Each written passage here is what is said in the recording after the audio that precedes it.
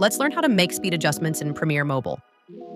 This clip of a slam dunk is going by too quickly, so let's slow it down. First, tap on the clip in your timeline that you want to adjust.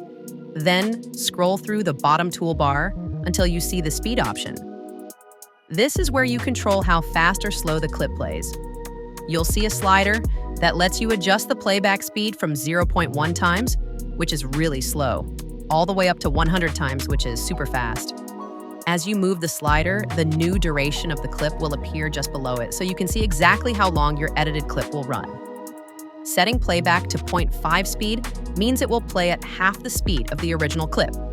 You can preview your changes and, if needed, use the undo button in the top left to go back. To reverse a clip, just tap the clip again, go to the bottom toolbar, and hit reverse. That will play both the video and the audio backward. If you change your mind and want it to play normally again, just tap the clip, go back to the same menu, and tap forward. Now, if you want to freeze a moment in your video, like holding a frame for dramatic effect, move the playhead to the exact frame you want to freeze, tap the clip, and then hit the freeze option in the toolbar. This creates a separate still frame clip right at that position, usually about 4 seconds long. You can drag the ends of that frozen clip to make it shorter or longer. The freeze is its own clip, so it won't mess with the rest of your footage. That's it. If this was helpful, be sure to like, subscribe, and drop your questions in the comments.